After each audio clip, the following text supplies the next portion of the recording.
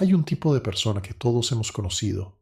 No destaca de forma obvia, no ocupa el espacio, no interrumpe. En una reunión tensa, en una discusión familiar, en el momento en que todo el mundo está perdiendo los nervios, esta persona permanece quieta, ecuánime, tranquila de una forma que parece imposible dadas las circunstancias. Y la mayoría de las personas al ver eso piensa lo mismo. Ojalá fuera más como ella. Hay algo que Aristóteles, que no era precisamente un hombre falto de observación, escribió hace 2400 años que me parece sorprendente que no figure en ningún manual de autoayuda. En la Ética a Nicómaco, en el libro cuarto, Aristóteles describió al hombre que nunca se enfada, no como un ideal, como una deficiencia. Escribió: el hombre que no se enoja por las cosas que merecen enfado es considerado un necio, y también aquel que no se enoja de la manera correcta, en el momento correcto, con la persona correcta. Porque ese hombre no parece sentir las cosas ni dejarse afectar por ellas, y como no se enfada, no parece capaz de defenderse. Soportar que te insulten y que insulten a los tuyos es propio de un esclavo. Propio de un esclavo, no de alguien libre, no de alguien en paz, de alguien que ha cedido algo fundamental. Carl Jung, que leyó a Aristóteles con el mismo interés con que leyó a los gnósticos, a los alquimistas y a los padres de la Iglesia, llegó a una conclusión paralela desde una dirección completamente diferente, no desde la ética, desde el laboratorio. En el Hospital Burghölzli de Zúrich, entre 1904 y 1909, Jung desarrolló junto a Franz Ricklin la prueba de asociación de palabras. La mecánica era sencilla.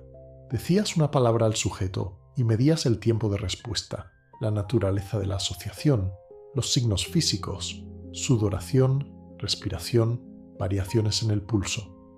Lo que Jung descubrió en esos experimentos era algo que la psicología todavía no había nombrado con precisión, que las emociones suprimidas no desaparecen, se organizan, forman lo que llamó complejos de tonalidad afectiva, clústeres de energía psíquica que operan de forma autónoma por debajo del umbral de la conciencia.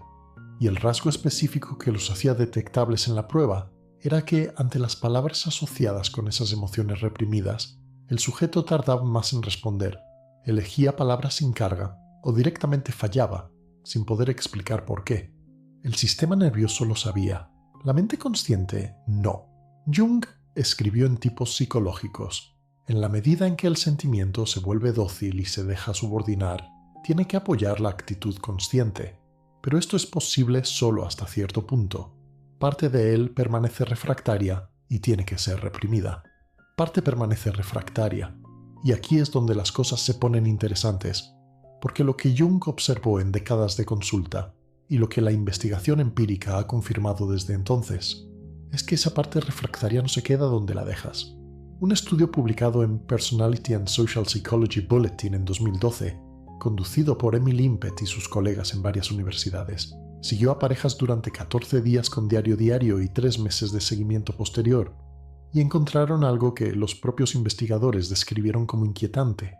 En los días en que uno de los miembros suprimía sus emociones durante conflictos o sacrificios relacionales, el daño no era solo de esa persona, era contagioso. La insatisfacción relacional de ambos aumentó, los pensamientos de ruptura de ambos aumentaron, el bienestar del miembro que no era quien suprimía también empeoró, aunque ese miembro no hubiera hecho nada. James Gross y sus colegas en Stanford encontraron algo similar en 2009. Los supresores habituales no solo tenían menos apoyo social y menos cercanía con otros, sus interlocutores percibían la inautenticidad, aunque no pudieran articular qué era exactamente lo que les incomodaba.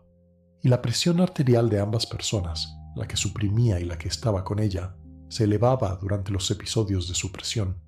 El cuerpo de los dos sabía lo que estaba ocurriendo. No me deja en paz esto. Voy a decirte por qué. En el centro en el que trabajé durante años había un hombre, lo llamaré Luis, que era conocido en todo el equipo por una sola cosa: nunca perdía los nervios. No era distante ni frío, al contrario, era cálido, atento, siempre con tiempo para escuchar. En reuniones tensas, cuando los demás levantábamos la voz o nos enrocábamos, él permanecía quieto, y a veces esa quietud ponía más nervioso al interlocutor que cualquier argumento. Había algo en su calma que no invitaba al descanso, que incomodaba sin que nadie supiera exactamente por qué. Llegó al centro tras un divorcio que, según me contó él mismo en una conversación que no he olvidado, no entendía. Su exmujer le había dicho, al final, algo que le resultaba incomprensible, que vivir con él era agotador, que nunca sabía cómo estaba Luis de verdad, que tenía la sensación constante de que hacía algo mal, aunque él nunca le dijera qué. Él me miró y dijo, no le grité ni una vez en 12 años. Lo dijo como si eso fuera la evidencia definitiva de su inocencia. No supe qué decirle en ese momento, pero algo en esa frase me incomodó de una forma que tardé tiempo en poder nombrar. Jung ofrece una forma de nombrarlo. Cuando alguien suprime sistemáticamente sus emociones negativas en una relación, cuando nunca se enfada, nunca protesta, nunca ocupa el espacio del desacuerdo, no está siendo generoso. Está tomando una decisión unilateral sobre qué tipo de relación es posible entre los dos.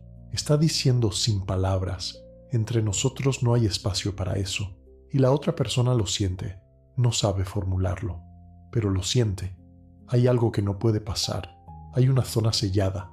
Y esa zona sellada, ese espacio del que la ira ha sido erradicada por decisión inconsciente, no crea tranquilidad, crea distancia, crea la sensación difusa de estar con alguien que en realidad no está del todo ahí.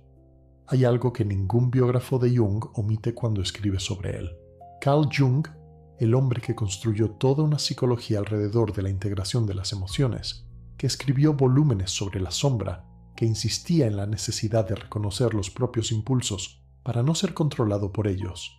Tenía una ira propia que era, según todos los que le conocieron, de una intensidad notable.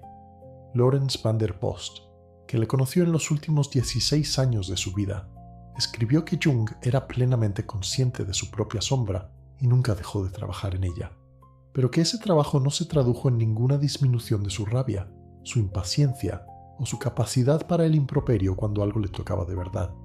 Deirdre Bair, en su biografía de 2003, 880 y una páginas basadas en archivos privados y entrevistas con personas que le conocieron, documenta que con la edad, Jung no apaciguó sus impulsos, sino que les dio más cauce, que cuando algo le provocaba de verdad no se contenía. La paradoja es deliberada. Jung no era el que nunca se enoja. Jung era exactamente lo contrario. Y quizás eso es parte de por qué entendió tan bien lo que ocurre cuando alguien construye su identidad entera sobre esa exclusión. Porque la ira de Jung, ruidosa, a veces desconcertante en alguien de su estatura intelectual, era al menos honesta, era información, era Jung diciéndole al mundo y a sí mismo dónde estaban sus límites reales. Y lo que Aristóteles llamó propio de un esclavo no era la rabia excesiva, era su ausencia permanente, esa disposición a absorberlo todo sin una sola señal de que algo ha llegado demasiado lejos. La verdad perturbadora sobre las personas que nunca se enojan no es que sean frágiles por dentro, aunque a veces lo sean. No es que su calma sea una mentira, aunque a veces lo sea. Es que su calma es, con frecuencia, el gesto más impenetrable que puede ofrecerle a alguien que intenta conectar con ellas. Porque el enfado, cuando es apropiado, cuando responde a algo real, cuando señala un límite genuino, es información relacional de la más fundamental. Es una persona diciéndole a otra, esto importa. Tú importas lo suficiente como para que yo no finja que todo está bien cuando no lo está. Suprimir eso de forma sistemática no es madurez emocional. Es, en términos de Jung, una forma de negarse al encuentro real. La exmujer de Luis no estaba cansada de sus gritos. Estaba cansada de su silencio, de no saber nunca dónde estaba él realmente, de sentirse sola frente a alguien que nunca le daba un punto de resistencia y por tanto nunca le daba un punto de apoyo real.